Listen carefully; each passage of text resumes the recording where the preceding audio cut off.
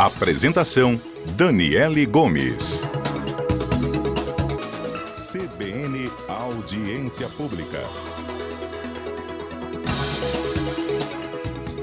E nos ajudam no entendimento desta temática e desse debate tão importante os nossos especialistas que estão aqui conosco no estúdio da Rádio CBN, o doutor Otávio Ferreira, ele que é juiz do trabalho, diretor de Direitos Humanos e Cidadania da AMATRA 8, que é a Associação dos Magistrados da Justiça do Trabalho.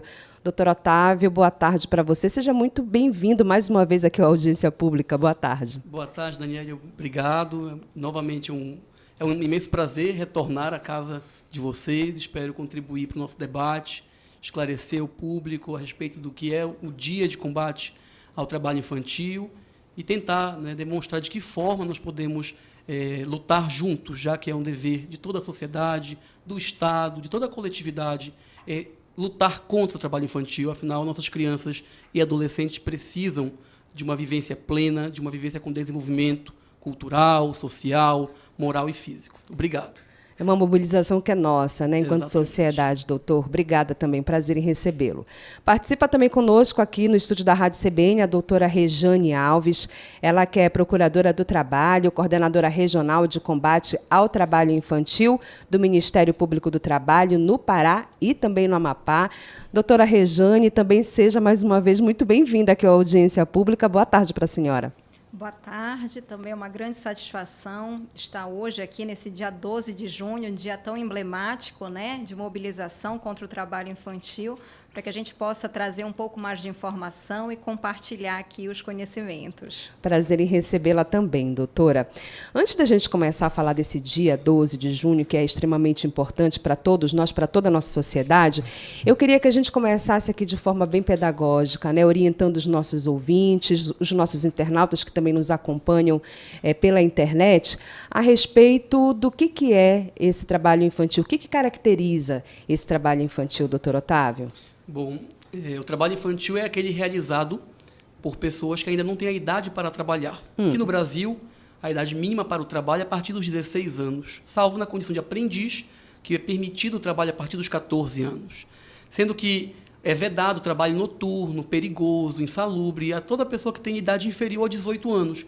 Então, em termos de critério etário, de faixa etária, o adolescente pode trabalhar a partir dos 16 anos, desde que não seja um trabalho noturno, perigoso ou insalubre, ou na condição de aprendiz, a partir dos 14. Só que esse é um critério etário. E aí eu sempre parto da ideia de que o trabalho infantil é aquele trabalho, aquela atividade que priva a criança do exercício dos seus direitos básicos, de brincar, de estudar, que acaba levando a criança a uma evasão escolar, a saída da escola ou a um baixo rendimento escolar. Então, todo aquele trabalho que é prejudicial sob o ponto de vista físico, cultural, moral à criança ou ao adolescente, ele pode ser considerado um trabalho infantil. Por isso, considerando que a criança tem como característica ser uma pessoa em desenvolvimento, que não está completo, ela goza de uma prioridade absoluta, de uma proteção do Estado e também da sociedade, a fim de identificar que esta criança não é um adulto em miniatura, como alguns autores identificavam no passado, não é um adulto em miniatura, é uma criança, é um ser que tem direitos e que está em desenvolvimento. E é considerando essa peculiaridade que deve ser tratado como criança, e não como um adulto, não ser colocado precocemente no mundo do trabalho, às vezes até mesmo sustentando uma família toda. Então, o trabalho infantil é aquele que prejudica o desenvolvimento físico, social, cultural da criança e que no Brasil pode ser identificado a partir de uma faixa etária. Certo. Doutora Rejane, e qual que é a situação hoje do trabalho infantil aqui no nosso estado, aqui no estado do Pará? A gente até começou o programa de hoje, trazendo alguns números, mas eu gostaria que a senhora detalhasse, como é que está esse contexto hoje, dessa situação, dessa problemática. Bom, a situação do estado do Pará, ela não difere muito do conjunto do Brasil, Então, a partir do momento em que nós começamos a fazer a coleta de dados a esse respeito, a gente observa um gráfico em relação a isso, ao trabalho infantil no Brasil. Então, antes nós vínhamos numa curva ascendente, com uma crescente, números cada vez maiores de crianças em situação de exploração do trabalho. Em um determinado momento, nós passamos por uma curva descendente.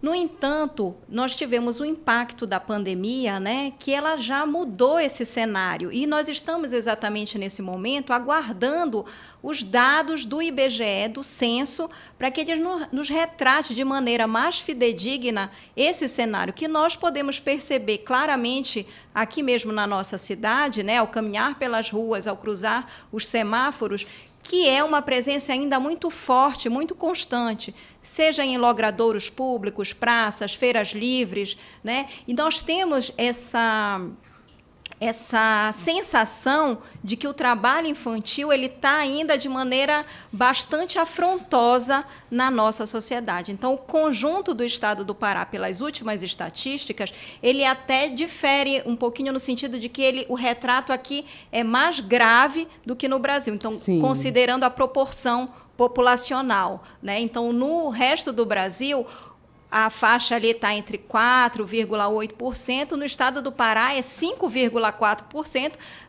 das crianças e adolescentes que compõem essa faixa etária. Então, é muito preocupante o cenário, não apenas no Brasil, mas especialmente aqui na nossa região. Imagino mesmo, doutora.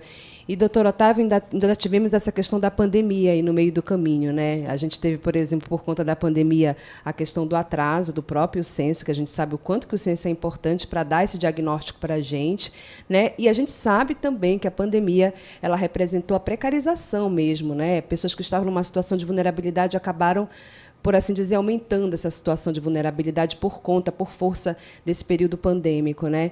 E como é que fica, né? Qual que é a importância de dados fidedignos para o combate a essa problemática do trabalho infantil, doutor? Daniele, uma situação bem interessante, porque um dos fatores que leva ao trabalho infantil, à inclusão precoce da criança no mundo do trabalho, é exatamente a pobreza, a miséria em qual vivem suas famílias. Então, se eu tenho uma família que não tem recursos suficientes para a manutenção ou para a garantia de sobrevivência de todos os componentes daquela família, isso faz com que a criança seja um elemento também, um sujeito ativo de produção de renda, né? Durante a pandemia, nós vimos um grande número de pessoas que ficaram desempregadas, perderam emprego. A renda baixou, a pobreza aumentou, a miséria aumentou. Tudo isso faz com que a criança também seja utilizada, né, no mundo do trabalho. E um ponto interessante da necessidade de ter dados fidedignos, dados que identifiquem, é para a política pública. Eu sempre falo que, para que a gente consiga desenvolver uma política pública, desenhá-la de forma correta, a gente precisa de dados.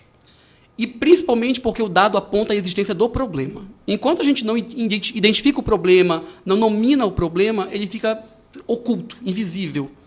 E eu falo disso porque, como eu tive a oportunidade de escrever sobre o trabalho infantil na extração do açaí, que é uma atividade rural, aqui, amazônica, tipicamente amazônica, mas que é invisibilizado, é romantizado, as pessoas acreditam que trabalhar naquela atividade é uma brincadeira, dá um prazer, quando, na verdade, esconde uma série de riscos ao desenvolvimento físico, cultural. As crianças passam a receber recursos de forma precoce e adquirir produtos que não deveriam adquirir na sua idade, né? Então, ao lado dessas pessoas, ou de dados que possam identificar o problema, nós temos outras atividades que sequer são analisadas, ou que não saem nos dados oficiais, como colocados pela doutora. Então, nós convivemos com duas situações. Uma coisa é o dado oficial, outra coisa é o número de crianças que sequer estão enquadradas, estão listadas nesses dados. Mas eu acredito que é importante sabermos a quantidade, até para que governo e todas as esferas do governo, as instituições possam se organizar e tentar, né, articular ações conjuntas a fim de evitar ou de erradicar, acabar de vez com o trabalho infantil. Isso que o doutor Otávio nos traz é extremamente importante, né? Porque a gente tem atividades que são muito típicas aqui da nossa região, da região amazônica, como é o caso, por exemplo, do trabalho, né, da extração do açaí. A gente tem outro trabalho infantil que é muito típico e que muitas vezes é normalizado aqui na nossa região, que é o trabalho doméstico, né? Aquelas meninas, por exemplo, que estão ali no interior do estado e que muitas vezes são trazidas por famílias um pouco mais abastadas aqui para a capital. Lá na capital ela vai ter disponibilidade de escola, de acesso à saúde, etc. A gente vai acomodar em casa, né? Vai dar condições ali de alimentação e tudo mais. Mas, por outro lado, aquela menina, né? Aquela criança, muitas vezes adolescente também, acaba ali inserida nos afazeres domésticos daquele lar, né, doutora? Então, isso acaba sendo muitas vezes normalizado e também dificulta o combate. Sem dúvida nenhuma, né? Uma das grandes problemáticas que envolve o trabalho infantil é exatamente a invisibilidade e a naturalização do trabalho infantil, né? Então, essa descrição que você nos trouxe, né, ainda é uma constância na nossa cidade. A menina que é trazida do interior, né, sob o manto de que vai ter uma oportunidade melhor na capital, de estudar, de ter as coisas, enquanto que, na verdade, isso vem acobertar uma relação de trabalho doméstico, né? E que está inserido, o trabalho doméstico está caracterizado como uma das piores formas de exploração do trabalho infantil. Então, o trabalho doméstico no Brasil, ele só pode ser exercido por pessoas com mais de 18 anos, né? Às vezes as pessoas não conseguem identificar, fazer uma reflexão mais profunda sobre os riscos que envolvem o trabalho doméstico. O risco de acidente, o isolamento da família que acontece, né? E a própria violência sexual que pode estar acobertada, né? Como é um trabalho realizado no interior das residências, dos domicílios, que é tido como um local inviolável, né? A gente não consegue identificar visualmente, né, essa situação de exploração, que ela vem à tona pela denúncia de um vizinho, de um parente, né? E eu posso assegurar a você que nós temos observado lá no Ministério Público do Trabalho que a cada dia esse fato, essa notícia está chegando ao conhecimento do Ministério Público do Trabalho. Então, assim, outrora a gente quase não recebia essa notícia, as pessoas não denunciavam. Mas a partir do ano passado nós conseguimos identificar um movimento em que as medidas que o Ministério Público vai adotando ao longo de uma investigação, elas vão sendo noticiadas e isso vai encorajando outras pessoas a denunciarem essa exploração do trabalho infantil. A informação, né, doutora, que é muito importante para a mobilização. São 2h19. Vamos para o nosso primeiro intervalo aqui do Audiência Pública. Daqui a pouquinho a gente volta com mais informação qualificada aqui para você no Audiência Pública.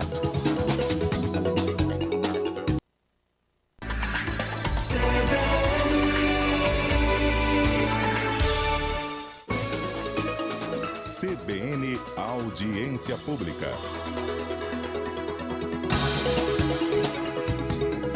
2h22, de volta aqui com a audiência pública de hoje, que estamos debatendo a respeito do Dia de Combate ao Trabalho Infantil, uma data emblemática e muito importante, né, para a gente se aponderar aí a respeito do que é o trabalho infantil, de como ele é caracterizado e, claro, de que forma a gente pode combatê-lo, né, e combater essa erradicação. A gente sabe que é um desafio, mas é muito importante esse movimento.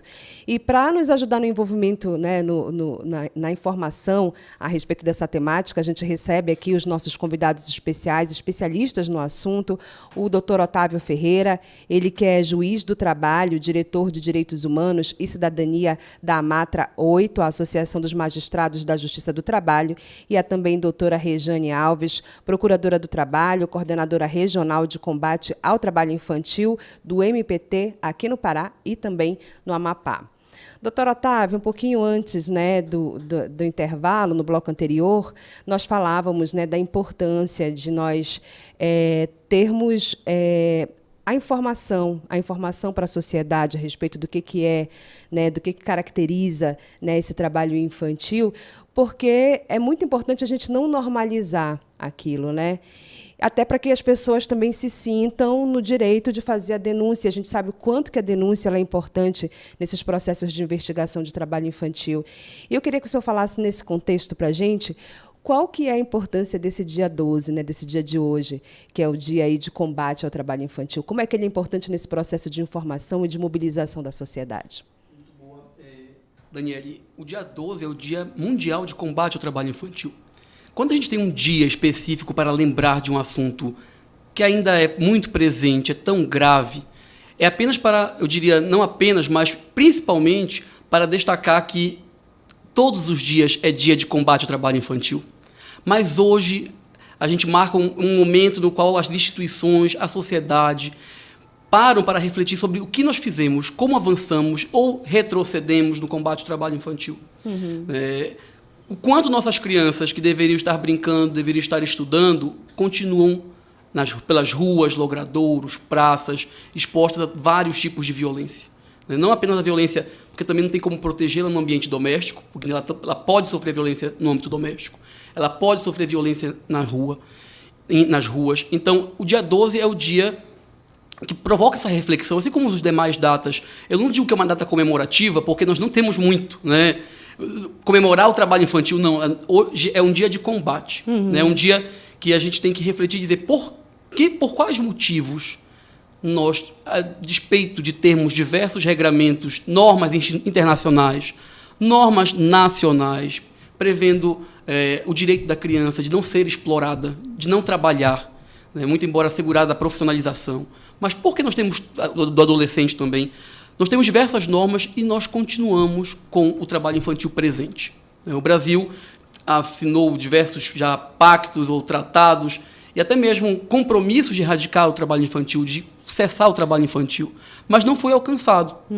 Pelos números que foram colocados, a gente continua com o trabalho infantil e a gente vai protelando esse problema. Sim. Mas na medida que a gente vai prorrogando esse problema, são crianças, né, que vão deixando de viver a adolescência, deixando de viver a infância como deveriam viver. E essa privação desse momento vai reproduzir, vai causar prejuízos à fase adulta, diversos prejuízos. Essa criança que, por exemplo, não frequenta a escola, não vai conseguir um emprego com carteira assinada. Eu sempre digo, quando chega num emprego com carteira assinada, ele pede o diploma do ensino médio. Mas a criança não frequentou, o adolescente não frequentou a escola. Como é que ele vai ter esse diploma do ensino médio? No mínimo, não é? Então, o dia 12 é o dia que a gente para refletir sobre isso. Mas não pode ser apenas no dia 12. Todos os dias, né, nós, enquanto sociedade, enquanto instituição, nós devemos refletir sobre o problema que permanece, que é grave, né, que acaba atravessando e privando as crianças do direito de sonhar. Eu digo que a criança que é explorada, que trabalha, né, desde muito cedo, que sonho ela tem?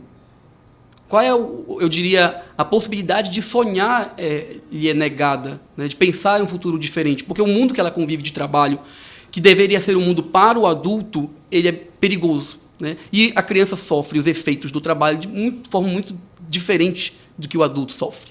Uma coisa é colocar o adulto em um trabalho noturno ou perigoso, outra coisa é colocar uma criança que ainda está em desenvolvimento. Então, eu acho que o dia 12 é o dia que a gente tem que bater, né? A gente não pode deixar passar batido, a gente tem que lembrar, a gente tem que refletir e até mesmo fazer a própria crítica, né? O que nós deixamos, por que nós falhamos enquanto sociedade no combate ao trabalho infantil. O que precisa avançar, né, Exatamente. Doutor? Eu acho que mais do que condenar, né, doutora Rejane, os sonhos daquela criança, dessa criança que está nessa situação de vulnerabilidade exposta ao trabalho infantil, você também condena o futuro de uma sociedade, né? Porque essa criança que não se desenvolve, esse adolescente que não frequenta a escola, você vai ter um impacto ali na frente, você vai ter uma sociedade, uma população economicamente que não vai ser ativa, né? Enfim, você não vai ter uma população economicamente ativa nesse processo para estar ajudando no desenvolvimento, não só econômico, mas no desenvolvimento social, no nosso desenvolvimento enquanto sociedade, nesse futuro de uma sociedade, né? Sim, eu digo assim que a gente tem um ciclo muito bem desenhado, né? Você tem a criança que está numa situação de miséria, de pobreza, e aí ela deixa de frequentar a escola e, portanto, não se qualifica e, portanto, não consegue se colocar no mercado de trabalho na vida adulta de maneira minimamente adequada. Então, ela vai conseguir ali na frente um subemprego ou entrar na fila do desemprego e, mais uma vez, permanecer e retornar para o local de miséria e pobreza. Então, nós precisamos quebrar esse ciclo da miséria e da pobreza. E a escola, a educação é o caminho. Não existe outra possibilidade que não passe pela educação e pela escola. Então, nós precisamos investir. É importante que o Estado invista em educação, em políticas de geração de emprego e renda para as famílias, né? A criação até mesmo de creches para que as mães, especialmente, possam voltar, retornar ou irem ao mercado de trabalho para prover o sustento da sua família, das suas crianças, dos seus filhos, né? Então, nós precisamos quebrar esse ciclo e criar um outro, um ciclo virtuoso, porque, de fato, como você disse, essa situação, ela condena gerações. O reflexo terrível, além da criança, é um reflexo que o prejuízo vai atingir a família e vai atingir toda a sociedade, porque eu desconheço o desenvolvimento de uma sociedade que se pretenda justa, livre, igualitária, numa situação de exploração do trabalho infantil. Não. Então, realmente, nós precisamos avançar. E, dentro dessa temática, eu até gostaria de ressaltar aqui a campanha nacional desse ano, que ela vem trazendo essa roupagem. Ela diz assim, que uma infância protegida, você vai conseguir frutificar lá na frente na vida adulta. E isso é muito verdade. Quando a gente não está colhendo os frutos, é sinal que nós fracassamos lá atrás na proteção da criança. Todos nós, né, Todos nós, doutora? é um fracasso coletivo isso. Então, nós precisamos mudar. Para que a gente colha frutos daqui a 5, 2, 10, 20 anos, a gente tem que plantar a semente agora, tem que cuidar agora. Então, é muito importante, realmente, para que a gente cresça e se desenvolva social, economicamente, inclusive, a proteção da infância. Perfeito, doutora. São 2h30, hora do Repórter CBN. Vamos a ele. Daqui a pouquinho a gente volta com mais debate aqui para você.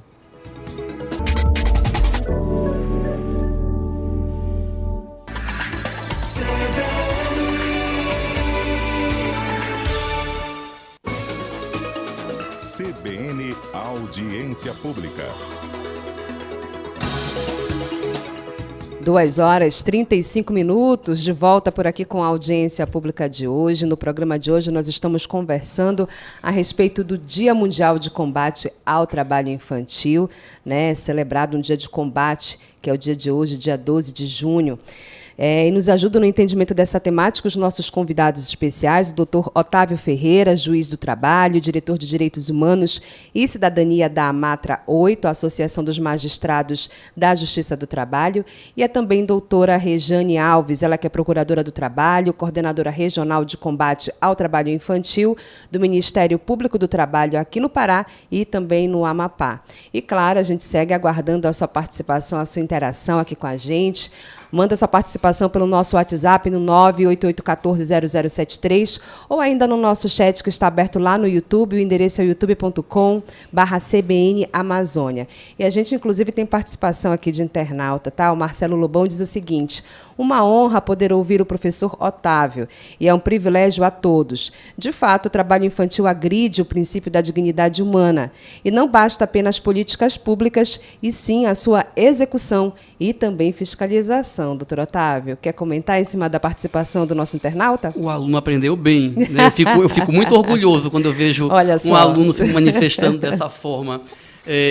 Um abraço, Marcelo. Eu digo, o trabalho infantil, ele não é um problema em si mesmo. Ele é um problema que decorre de vários outros problemas, né? É a falta de emprego decente ou digno para a população, é a miséria, são normas culturais, é a falta de uma expectativa de vida que aquela pessoa, que a família vai acreditar que a educação, por exemplo, vá fazer uma diferença na vida do adolescente ou da criança. É, às vezes, uma educação que não é de qualidade, que não desperta no adolescente aquele interesse por continuar, uma série de fatores. Quando a gente pensa em política pública, a gente não pode simplesmente dizer vamos tirar a criança do trabalho, porque ela volta. Eu digo que os fatores de indução que levam ao trabalho infantil, eles devem ser tratados, porque eles são a causa. Né? Tratar o trabalho infantil na origem é, por exemplo, ter uma escola com tempo integral, é ter alguma política de repasse de renda para aquela família que não conseguiu um emprego que garanta o mínimo de sobrevivência e que, portanto, está quase que condenada a inserir a criança precocemente no mundo do trabalho. Então, eu diria que são cultura, por exemplo. Eu não posso simplesmente, eu de fora, dizer para uma família, não faça isso. Eu digo porque eu fiz uma pesquisa que eu como pesquisador, não poderia interferir no objeto pesquisado. Né? Então, eu não posso simplesmente dizer, claro, que é ilegal, que é proibido o trabalho infantil. Uma coisa é isso. Agora, eu não posso eu poderia dizer, olha, você não pode fazer isso. Se a família não compreender o prejuízo que isso vai causar àquela criança ou àquele adolescente, eu vou virar as costas e ele vai continuar. Porque não se muda de fora para dentro. Eu tenho que conversar, reunir, ter uma audiência como essa, ter um debate, ir lá na localidade e informar quais os prejuízos decorrem do trabalho infantil, ou quanto a sua criança, seu filho, ficará prejudicado numa fase adulta, o quanto ele poderá ser explorado porque ele não vai ter conhecimento necessário para dialogar, para compreender seus direitos, para exercer cidadania. Então, acredito que são diversos fatores que a gente tem que trabalhar um a um. Apontar, as causas do trabalho infantil são essas. De que forma eu vou conseguir tratar dentro de uma política pública cada um desses fatores? Porque além dos fatores de indução, há os fatores de permanência. Porque a alguém interessa também o trabalho infantil. Então, o que a gente observa é que o trabalho infantil naquelas empresas que têm o trabalho manual, que ainda não passaram por uma mecanização. E quando, por exemplo, especialmente na zona rural, o empregador contrata o pai ou a mãe, ele traz a família toda para ajudar na atividade. E ele não remunera a família toda, ele remunera apenas o pai e a mãe quando contrata formalmente. Então, ele consegue ter a mão de obra de uma família quando, na verdade, ele está remunerando apenas uma única pessoa. Então, há interesses pela manutenção do trabalho infantil. Então, eu tenho que ir nos dois campos. Eu digo, a gente tem que combater os fatores que levam à existência do trabalho infantil e também os fatores de permanência, que asseguram a sua permanência e que é interessante para algum setor empresarial, por exemplo.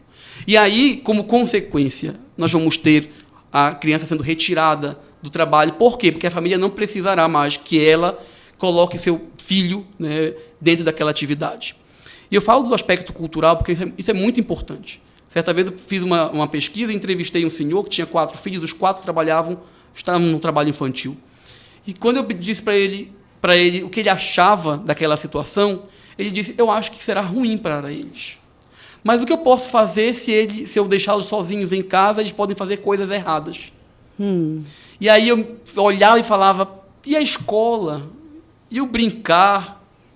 E o desenvolvimento criativo, o diálogo com outras crianças, não seria uma alternativa? E aí ele ficou reflexivo. Mas o quanto algumas pessoas, alguns pais, entendem que aquele trabalho não é um trabalho infantil, por exemplo, ou que não é perigoso, a falta dessa compreensão, isso também tem que ser levado. Sim. E aí é por meio do diálogo, por meio da conversa, mas não é aquela conversa, como você colocou ainda há pouco, de repressão. Sabe? Não faz isso, porque cadê a fiscalização? E eu digo, não é que a fiscalização não existe, ela existe. Mas imagina a região amazônica.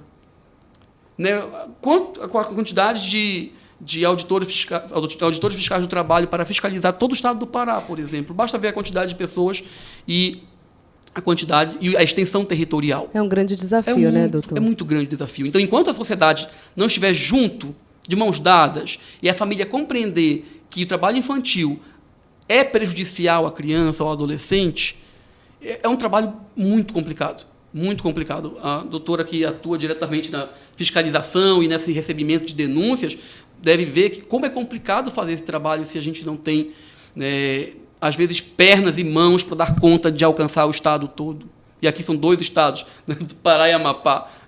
Então, tem essa dificuldade mesmo. Desafio duplo, doutora? Eu queria lhe ouvir também a respeito de como tem sido esse trabalho de fiscalização por parte do Ministério Público do Trabalho, Quais são os desafios que vocês enfrentam nesse dia a dia e como é que é importante trazer à sociedade, aquela comunidade ali daquele município, daquela região, daquela localidade longínqua ali, trazer para próximo do Ministério Público do Trabalho nesse sentido de ser parceiro no processo, doutora? Sim, eu até vou retomar um pouquinho sobre a importância do 12 de junho, que é exatamente esse momento de mobilização em que as instituições, a sociedade civil está mobilizada na temática. E a mobilização se dá pela conscientização, por essa troca de informações que é fundamental nesse processo. Então, o Ministério Público do Trabalho, além desse papel repressivo quando toma conhecimento de um determinado fato, nós também somos agentes de promoção de direitos humanos.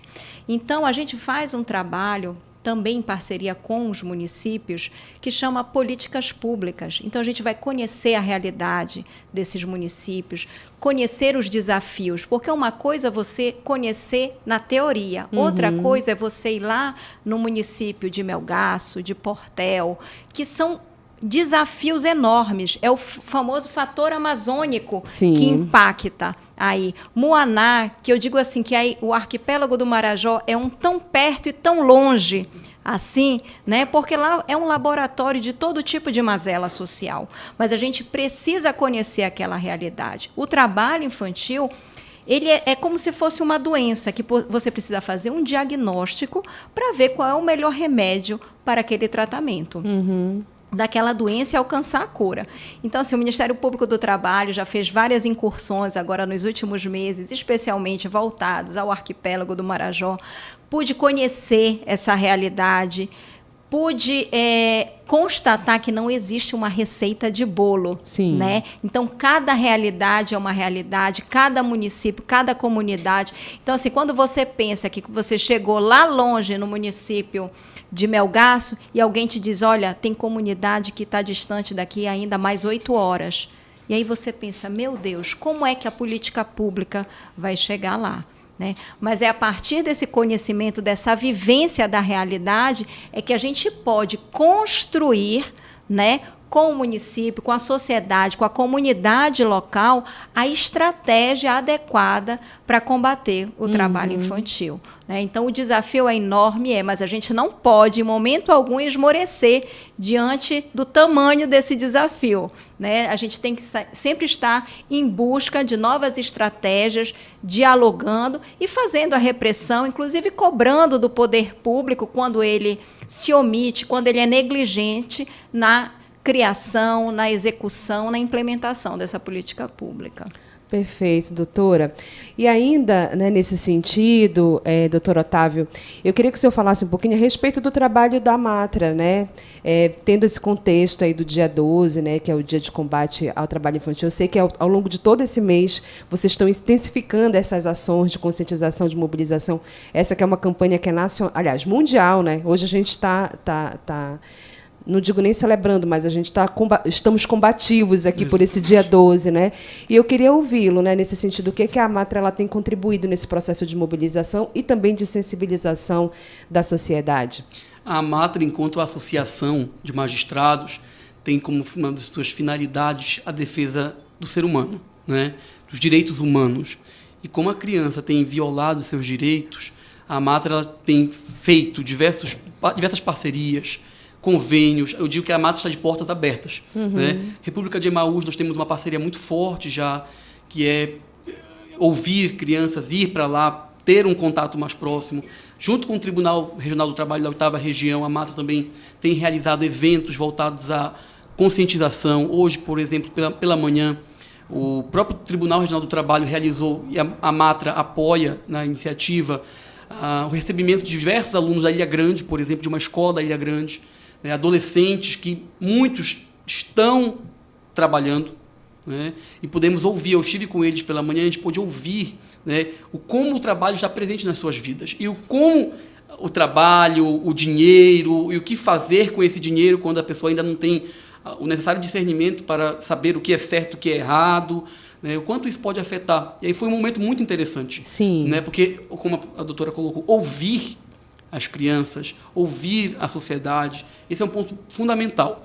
Então, a Matra, sempre que nós somos demandados, né, nós participamos, né, vamos lá, dialogamos, estamos abertos a participar de conscientização, de oficinas, de seminários, tudo que for necessário, né, em prol do combate ao trabalho infantil. Perfeito, doutor. São 2h47, hora do nosso último intervalo aqui do Audiência Pública, mas a gente ainda tem o último bloco aí recheado de informações para você. Continua com a gente.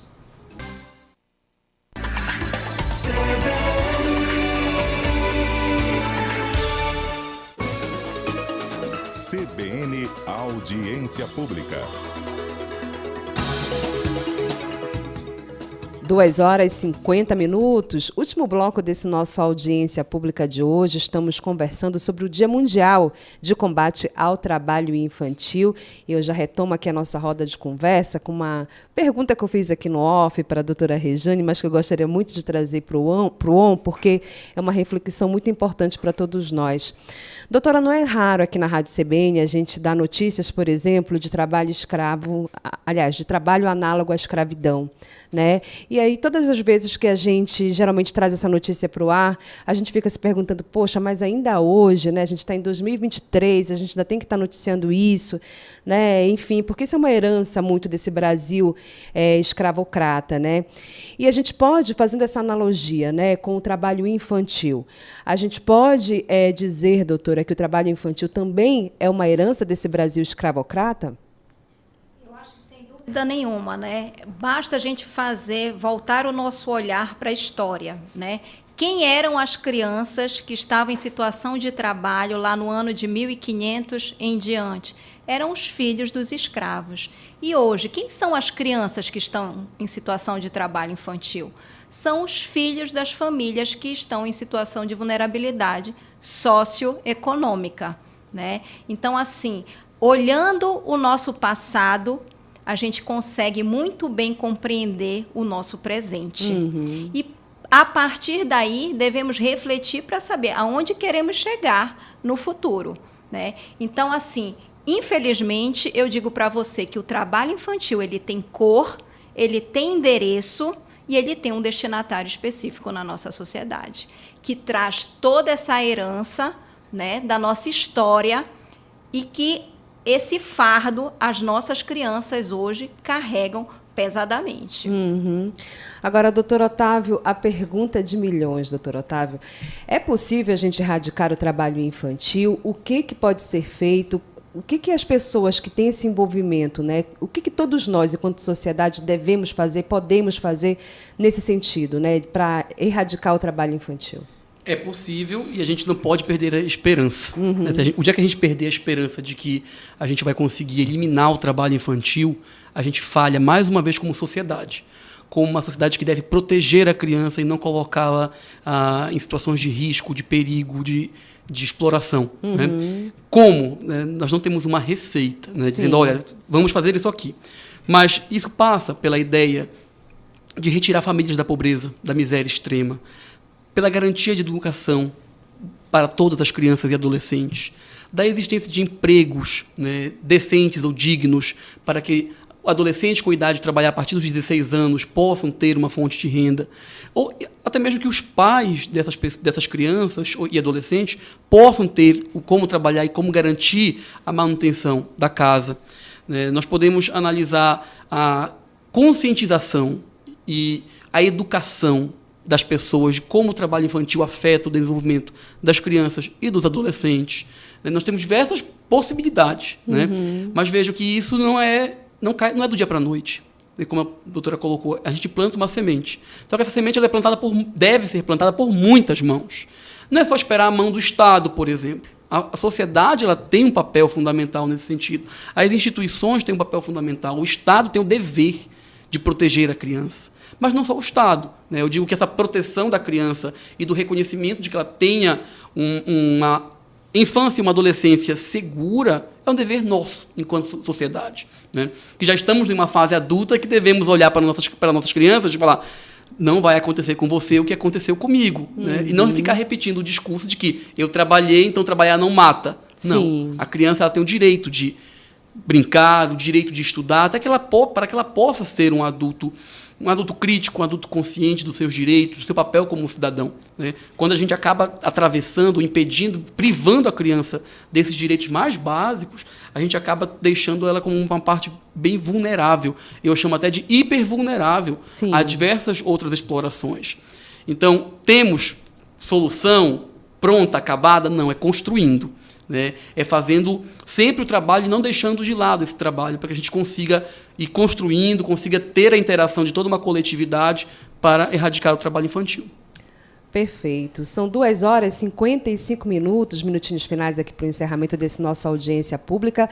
Hora da gente começar aqui a se despedir, claro, agradecer e ouvir as considerações finais dos nossos especialistas, nossos convidados especiais, a doutora Rejane Alves, procuradora do Trabalho, coordenadora regional de combate ao trabalho infantil do Ministério Público do Trabalho no Pará e também no Amapá. Doutora Rejane, mais uma vez, muito obrigada pela sua participação aqui conosco na audiência pública. Seja sempre muito bem-vinda. E, claro, a gente ainda tem uns 2 minutinhos para as suas considerações finais. Bom, eu gostaria, assim, de agradecer a oportunidade de levar informação e, mais do que isso, convocar toda a sociedade paraense, né, para que nós possamos fazer essa reflexão hoje e sempre da importância de protegermos as crianças para garantir o crescimento, o desenvolvimento da nossa sociedade, para garantir e proteger esse presente e o futuro desses cidadãos.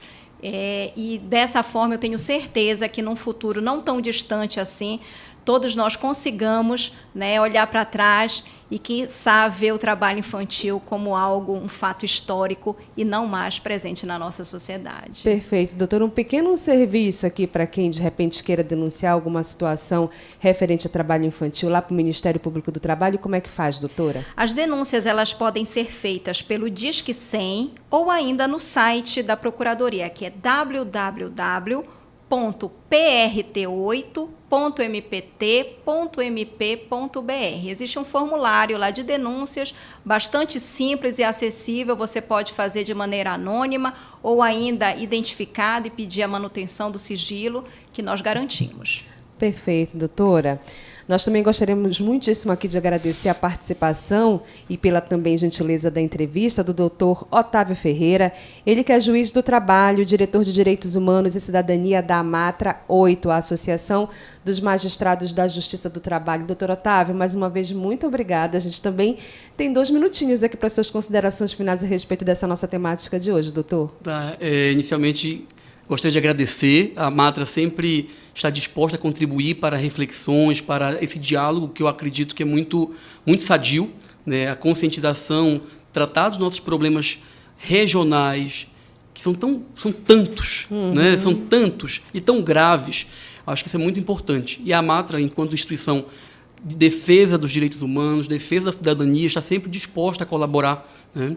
E para o Dia de Combate ao Trabalho Infantil, como a doutora colocou, é isso, é convidar a todas e a todos para que nós tenhamos, né, consigamos erradicar o trabalho infantil, construindo, né, tendo consciência, participando ativamente de uma sociedade, né, que consiga respeitar a criança enquanto ser, enquanto titular de direito, e não como um objeto, né? Nós já passamos do Código de Menores, né, para uma proteção integral à criança ou ao adolescente, exatamente para reconhecer que ele é um ser em desenvolvimento e que merece ser assim tratado, né?